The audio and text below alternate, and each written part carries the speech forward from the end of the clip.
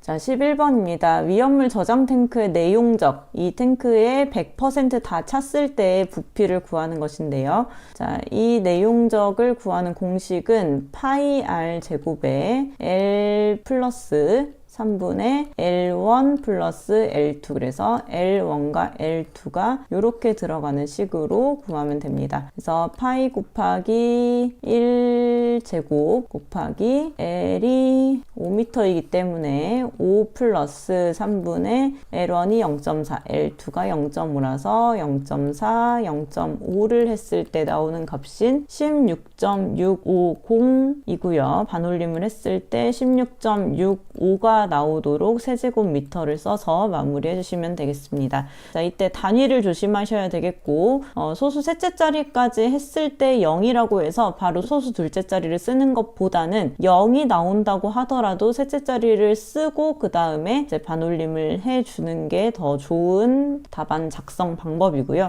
그리고 이런 계산 문제에서는 구하는 단위가 리터가 될 수도 있으니까 만약에 이 문제에서 리터로 구해라 라고 하면은 여기에서 구한 값에 곱하기 1000을 하시면 되겠습니다. 왜냐하면 1세제곱미터가 1000리터의 단위환산 방식을 가지고 있기 때문이고요. 요즘 들어서 계속 이제 용량에 대한 문제가 잘 출제되고 있지 않아서 말씀을 드리면, 용량이라는 것은 탱크 내용적에서 공간 용적을 제외한 부분입니다. 자, 그래서 내용적을 지금 구하는 식대로 이 탱크뿐만 아니라 나머지 3개 탱크의 공식이 더 있죠. 자, 그 3개 탱크 공식 포함해서 총 4개의 탱크 공식을 그대로 쓰신 다음에 용량을 구하라고 하면 공간 용적이 반드시 주어지게 됩니다. 단 공간 용적은 뭐 100분의 5이다 또는 공간 용적은 100분의 10이다 이런 식으로 꼭 공간 용적을 주도록 되어 있어요. 그래서 용량을 구하는 경우에는 1 마이너스 공간 용적이 제시된 비율만큼 이것을 꼭 대입을 해주셔야 됩니다. 자, 그래서 더 문제가 심하게 나온다면 같은 문제를 주고 두 가지로 탱크의 내용적을 구하시오, 그리고 탱크의 용량을 구하시오, 이렇게도 출제가 될 수 있기 때문에 내용적과 용량을 구분하는 그런 정리가 필요하겠습니다. 내용적은 오로지 공식만 쓰는 것이 내용적이고, 용량은 공식에 1 마이너스 공간 용적의 비율을 해줘야지 구할 수 있는 값입니다. 왜냐하면 내용적이라는 것은 탱크를 100% 다 사용할 때의 양이고, 탱크의 용량이라는 것은 공간 용적만큼을 빼고 실제로 사용할 수 있는 용량을 구하는 것이기 때문입니다. 자, 다음 12번입니다. 과염수산칼륨 50kg이 완전 분해할 경우 생성되는 부피, 생성되는 질량 모두 이상기체 상태 방정식으로 구할 수 있습니다. 과염수산칼륨이 일단 분해하게 되면 KCl5가 4개가 되겠죠. 과염소산이기 때문에 염소산 계열은 염소와 산소가 완전히 끊어집니다. 그래서 KCl 플러스 O2가 되겠고, 개수는 112가 됩니다. 자, PV는 N분의 WRT를 써야 돼요. 왜냐하면 과염수산 칼륨이 몇 킬로그램인지 W로 주어졌기 때문입니다. 자, V는 PM분의 WRT를 했을 때 P는 1atm이 되는데, 그 이유는 온도나 압력에 대한 조건이 없기 때문에 0도씨 1기압으로 보기 때문입니다. 자, M은 과염소산 KCl5포이기 때문에 K를 39, 염소를 35.5, 그리고 산소를 16 곱하기 4로 계산을 해서 138.5가 됩니다. 자, 이때 단위는 구하는 그 부피의 단위와 맞춰서, 부피가 세제곱미터이기 때문에 킬로그램 퍼 킬로몰로 써주시고요. 그리고 W는 50kg, R은 0.082인데 atm에 구해야 하는 부피의 단위 미터 세제곱에 킬로몰.k로 하는 것이 이상기체의 단위입니다. T는 0도씨일 때 273을 더해서 273 켈빈이 되겠고, 이것을 대입하게 되면은 1 곱하기 138.5분의 50 곱하기 0.082 273을 해서 과염소산이 주어졌고 구해야 하는 것이 산소이다 보니까 과염소산 칼륨과 구해야 될 것 간의 관계가 몇 대 몇인지 계수를 통해서 비교합니다. 과염소산이 1개 분해할 때 산소가 2개 생긴다는 식으로 볼 수 있겠죠. 자, 이것을 계산하게 되면 16.163이 되어서 반올림하면 16.16m 세제곱이 되겠고, 질량을 구할 때는 이 식에 한 번 더 계산을 합니다. 자, 이 식 그대로 쓰고 질량은 산소의 질량을 구하는 것이기 때문에 22.4분의 산소의 분자량, 2 곱하기 산소의 분자량이 아니고 산소가 16이고 16이 2개 있기 때문에 이렇게 해주면 2kg의 미터 세제곱으로 해서 질량 23.090으로 해서 23.09kg을 구할 수 있습니다. 자, 그래서 산소의 부피를 구하는 경우, 생성되는 어떤 기체의 부피를 구하는 경우에는 계수를 비교하는 이 식이 한번 곱해지고요. 질량을 구해야 되는 경우에는 22.4분의 구해야 하는 기체의 분자량이 들어간다라고 구분하시면 되겠습니다. 사실 이 이상기체 상태 방정식이 아니라 풀이하는 방법이 여러 가지 있겠지만 지금 이 강의를 하는 목적이 위험물 기능사에서 계산 문제를 좀 어려워하시는 분들에게 도움을 드리기 위함이기 때문에 여러 가지 풀이 방식을 쓰는 것보다는 한 가지 식으로 여러 문제를 응용하는 것이 좋다고 생각을 했습니다. 자, 그래서 처음에는 이게 풀이 과정이 길고 뭐 다른 풀이 과정 보면은 뭔가 짧게 계산하는 것 같기도 하고 그러실 텐데, 이상기체 상태 방정식을 사용하는 것이 우리가 미정계수법을 좀 복잡한 방법으로 풀었던 것처럼 충분히 정답률을 높이는데 도움이 될 수 있는 방법이니까 이 방법을 여러 번 연습하시길 바랍니다. 자, 다음 13번입니다. 비중이 0.3인 메틸알코올 200L를 0도씨 1기압에서 연소시킬 때 반응식과 이룬 산소량. PV는 nRT 쓰는 이상기체 상태 방정식 문제인데, 이상한 부분이 보통 킬로그램이 나오던 부분에서 리터가 나와 있고, 또 이룬 산소량을 뭐 킬로그램으로 구하고, 그래서 약간 갈피를 못 잡을 수 있는 그런 문제였습니다. 이런 문제는 어떻게 풀어야 하냐면, 기존에 나왔던 그 메틸알코올이 몇 킬로그램이다, 이 문제를 이렇게 풀어서 쓴 거라고 보시면 되겠습니다. 그래서 일단 메틸알코올의 연소 반응식부터 쓰게 되면 CH3OH죠. 자, 이게 O2랑 반응했을 때 CO2, H2O가 되기 때문에 2324로 계수를 맞출 수 있습니다. 자, 2324라서 PV는 n분의 WRT를 해줄게요. 왜냐하면 이렇게 계산하면 W를 구할 수 있기 때문입니다. 자, V는 PN분의 WRT라서 P는 1atm이에요. 왜 그러냐면 1기압이라고 나와 있죠. 그 다음에 M은 CH3OH니까 C가 12, H가 1이죠. 3개 있으니까 1 곱하기 3이 되겠고, O가 16, H가 1이라서 32kg/kmol이 되겠습니다. 그 다음에 W는 이때 비중과 이렇게 리터가 나오면 비중은 밀도라고 바꿔서 생각하셔도 큰 차이가 없습니다. 자, 0.8kg/L라는 뜻이에요. 자, 밀도가 왜 kg/L가 되느냐? 우리가 편의점에서 2리터짜리 물 한 병을 살 때 그 무게가 2g은 아니잖아요. 그쵸? 자, 이 물 2리터짜리 무게는 약 2kg이라고 볼 수 있습니다. 아주 무겁지는 않지만 그 2리터짜리 물 6개를 한 번에 들면 굉장히 무겁죠. 자, 그 정도의 무게는 킬로그램이 된다고 볼 수 있겠습니다. 그래서 비중이라는 것은 물의 밀도와 비교한 이 메틸알코올의 밀도이기 때문에 물이 1리터당 1kg의 밀도를 가지고 있으니까 메틸알코올은 1리터당 0.8kg의 밀도를 가진다라고 해서 0.8kg/L인데 메틸알코올이 200L가 있으니까 몇 킬로그램이겠느냐? 리터끼리 삭제하고 나머지 구하면 160kg으로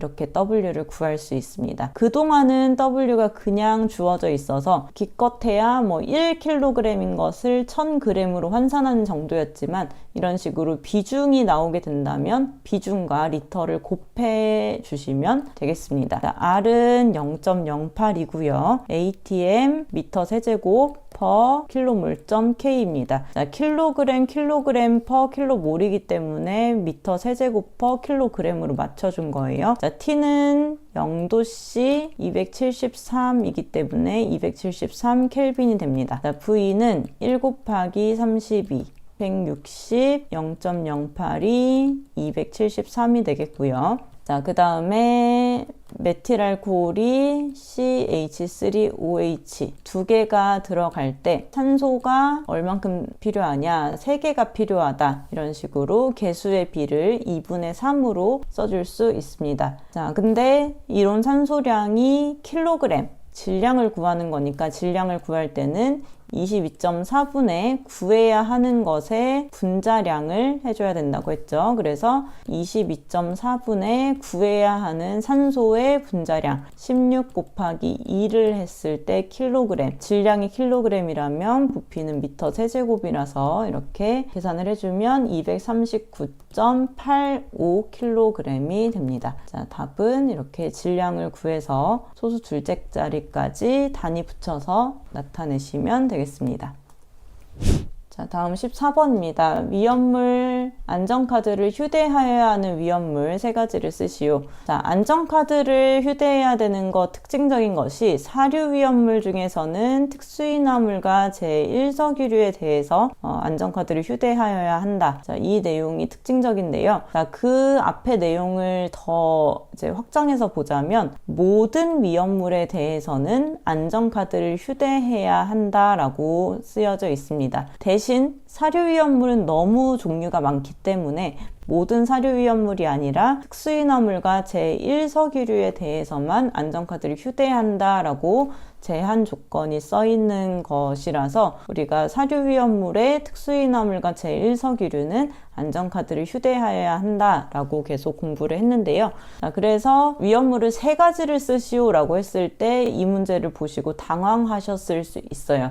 왜냐하면 우리가 필기에서 강조했던 것은 특수인화물과 제1석유류이기 때문인데요. 만약에 3가지가 확실하지 않더라도 2가지는 확실하게 써놓고 나오실 수 있었어야 합니다. 자, 그래서 이 문제의 답은 뭐가 되냐면 제1류 위험물, 제2류 위험물, 제3류 위험물, 제5류 위험물, 제6류 위험물에 해당하는 전체 모든 위험물이 다 위험물 안전카드 휴대 대상이고요. 사류 위험물 중에서는 특수인화물 그리고 제1석유류 이런 식으로 분리해서 이 중에 3가지가 들어가면 답으로 인정받을 수 있습니다. 그래서 위험물 안전카드에 대한 것은 모든 위험물에 대한 것이다 하는 것까지 봐주시면 되겠습니다. 다음 15번에 운반용기 외부에 표시하여야 하는 주의사항, 이 위험물의 위험한 부분에 대해서 모두 나열한 것인데요. 인화성 고체는 이류 위험물이죠. 자, 불을 끌어당기는 성질이기 때문에 화학이 엄금이 되겠습니다. 그리고 사류 위험물도 같은 성질인 인화성 액체이죠. 그래서 주의사항이 화기 엄금이 되겠고, 자, 육류 위험물은 산화성입니다. 자기 자신이 불이 나지는 않아요. 불연성이에요. 불이 안 나는데 위험한 이유는 이 산소를 가연물한테 주기 때문입니다. 가연물에 해당하는 2, 3, 4, 5류 위험물한테 산소를 주기 때문에 위험한 거예요. 그래서 6류 위험물은 누구랑 만나면 안 되냐면 가연물 접촉주의를 해서 가연물과 만나서는 안 되겠습니다. 자, 이것뿐만 아니라 뭐 1류부터 6류까지 그 위험물의 종류를 다 나눠서 주의사항과 주의사항에서 해야 되는 게시판, 화기엄금인지 물기엄금인지 그리고 소화 방법, 덮개까지 우리 교재에 정리가 되어 있는데 이 내용은 필기에서부터 뿐만 아니라 실기에서도 반드시 중요한 내용이기 때문에 시험 보시는 그 날까지 위험물의 지정수량처럼 외우고 가셔야 되는 부분입니다. 자, 16번입니다. 위험물의 연소 반응식을 쓰는 것 중에서 가장 쉬운 문제이죠. 자, 사망할인 너무 많이 나왔어요. O2랑 만났을 때 P가 있으면 P2O5가 생기고요. S가 있으면 SO2가 생깁니다. 자, 계수를 했을 때 1, 8, 2, 3 으로 생겨서 이렇게 개수를 맞춰주시면 되겠고, 지금 교재랑 여기 앞에 뒤에가 바뀐 거기 때문에 순서가 바뀌는 것은 상관이 없습니다. 자, 오항아리는 P2S5이고요. O2랑 만났을 때 P2O5 그리고 SO2가 생깁니다. 똑같이 P랑 S를 가지고 있기 때문이고요. 자, 개수는 2, 15, 그 다음에 2, 10으로 개수가 맞춰지게 됩니다. 자, 17번에 위험물 운송 시 혼재 가능한 위험물 찾는 거 4, 2, 3, 5, 2, 4, 6 하나로 하면 되겠죠. 자, 1류랑 혼재 가능한 거 6류 위험물이 되겠고, 2류는 4, 2, 3, 5, 2, 4이기 때문에 4류, 5류입니다. 자, 3류 위험물은 4류랑 가능하겠죠. 4류는 4, 2, 3이고 여기에서 4가 5랑 혼재 가능합니다. 그래서 2, 3, 5가 들어간다는 것을 놓치시면 안 돼요. 자, 5류 위험물은 2류, 4류랑 가능하겠죠. 자, 그래서 숫자만 이렇게 쓰는 것이 아니라 우리 교재에 있는 것처럼 제 몇류 위험물, 제 4류 위험물, 제 5류 위험물 이런 식으로 정식으로 풀 네임으로 써주시기 바라고요. 혼재랑 비슷하게 위험물을 저장할 때 1m의 간격을 두고 저장해야 되는 경우 1, 2, 3, 4, 5, 6으로 총 6가지의 경우가 있습니다. 4, 2, 3, 5, 2, 4, 6 하나가 조금 더 세분화되는 거라고 보실 수 있는데요. 1류 위험물 중에 알칼리 금속의 과산화물을 제외하고 5류 위험물 이런 것들 있죠. 우리 합격 족보에 다 정리가 되어 있으니까 이 부분도 잘 보고 가시길 바랍니다. 자, 18번입니다. 불연성 물질이 함유된 물질 1kg 연소할 때 산소의 부피를 구하시오. 이때 산소의 부피는 리터로 구하시면 되겠고요. 실제 시험에서는 부피가 이렇게 정해져 있으니까 그런 이제 단위에 대한 것은 크게 고민하지 않으셔도 될 것 같고, 주어진 단위로 쓰시면 될 것 같고, 불연성 물질 10 웨이트 퍼센트와 탄소 90 웨이트 퍼센트가 함유된 물질 1kg이라는 건 즉 무슨 뜻이냐? 탄소가 아닌 물질이 0.1kg이 있는 거고, 그리고 탄소가 0.9kg이 있어서 1kg이 됐다는 뜻입니다. 아까 메탄올이 비중과 부피가 나왔던 것처럼 그 이상기체 상태 방정식을 PV는 N분의 WRT로 쓰는데 이 W에 대한 것을 한 번 더 꼬아서 내는 문제예요. 자, 이전에는 P를 구할 때 밀리미터 Hg를 환산하도록 하는 경우가 종종 있었죠. 자, 그것처럼 W에 대한 것을 구하는 방식을 이것저것 응용하고 있습니다. 자, 그래서 이런 경우에는 V는 PMWRT 하는 거, 이제 새로운 문제에 당황하지 말고 우리가 했었던 방식을 그대로 최대한 써보려고 하시면 되겠습니다. 자, 이때는 뭐에 대한 분자량을 구해야 될까요? 바로 C, 탄소에 대한 분자량을 구하면 됩니다. 불연성 물질이라는 건 뭔지 모르잖아요. 그래서 알 수 있는 것을 그냥 쓰시면 되겠습니다. 자, 탄소의 분자량이 지금 산소의 부피를 리터로 구하는 것이기 때문에 그램 퍼 몰이 되어야 되겠고요, 단위가. 자, W는 탄소의 질량을 구해야 되기 때문에 1kg을 그냥 쓰시는 것이 아니라 1kg에 0.9에 해당하는 부분이고, 이것을 킬로그램으로 하는 것이 아니라 그램으로 환산해 줘야 되기 때문에 1분의 1000까지 해서 900g으로 대입을 해줘야 되겠습니다. 산소의 부피가 리터라는 것까지 고려를 해서 단위 환산까지 한 거고요. 0.082 atm이라고 했을 때 산소의 부피를 구하는 것이 리터라서 리터 퍼 몰.k가 됩니다. 자, T는 0도씨 273이라서 273 켈빈이 될 거고요. 자, V는 1 곱하기 12분의 900 0.082 273이고, 자, 이때 화학 반응식이 빠졌는데 탄소가 연소한 거니까 C 플러스 O2가 되겠죠. CO2가 되고 그리고 우리가 미정계수법을 워낙 많이 하다 보니까 이거는 왼쪽 오른쪽이 개수가 맞다는 게 한눈에 보여요. 자, 그래서 개수가 111이라서 탄소가 1개 반응했을 때 탄소도 1개가 필요하다는 것을 이렇게 해줄 수 있습니다. 자, 곱하기 1을 해서 숫자가 바뀌지 않는다고 하더라도 우리는 풀이 과정, 계산 과정을 통해서 점수를 받아야 되기 때문에 1C분의 1 O2를 꼭 써주셔야 합니다. 자, 그리고 계산을 하게 되면 1678.95로 딱 떨어지게 나와서 이게 답이 되겠습니다.